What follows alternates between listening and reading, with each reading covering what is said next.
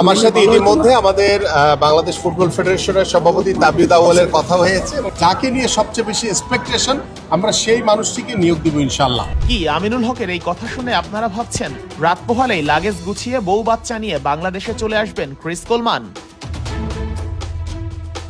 ব্যাপারটা একদমই তেমন নয়। তাবিদ আউয়ালের বেঁধে দেয়া সেই 15 মেতেও কোচের নাম ঘোষণা করা সম্ভব হচ্ছে না। বাফুফের অপেশাদার আচরণে কোলম্যান নিজেই বিরক্ত।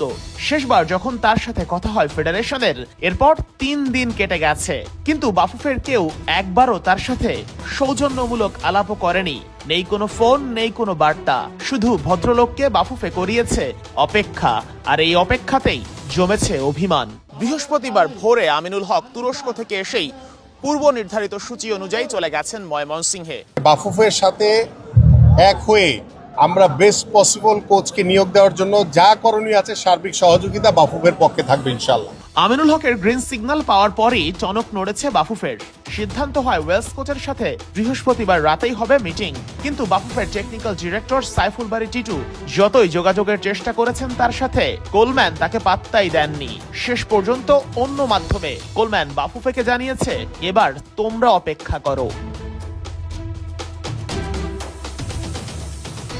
আমিনুল হক শুরু থেকে যে কথা বলে এসেছেন, এখন পর্যন্ত নিজের জবানে অনড় আছেন। বাফুফে যোগাযোগ করার সাথে সাথেই সহযোগিতার হাত বাড়িয়ে দিয়েছেন। 2-1 দিনের ভিতরেই ইনশাআল্লাহ আমরা আমাদের যে চূড়ান্তভাবে সিদ্ধান্ত নিব যে আমরা আসলে কাকে কোচ হিসেবে নিয়োগ দিব। এখন পর্যন্ত বাফুফের কিন্তু একটাই চাওয়া, ক্রিস কোলমান।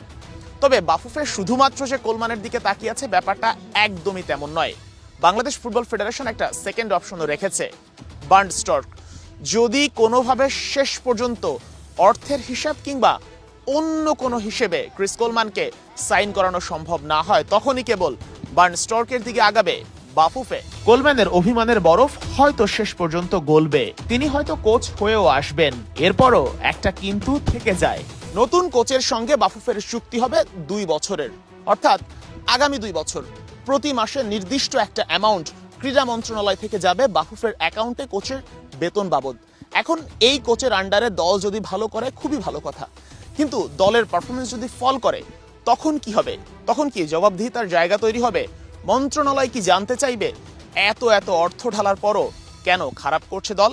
সেই প্রশ্ন থেকেই যায়। শেখ আশিক, 71, ঢাকা।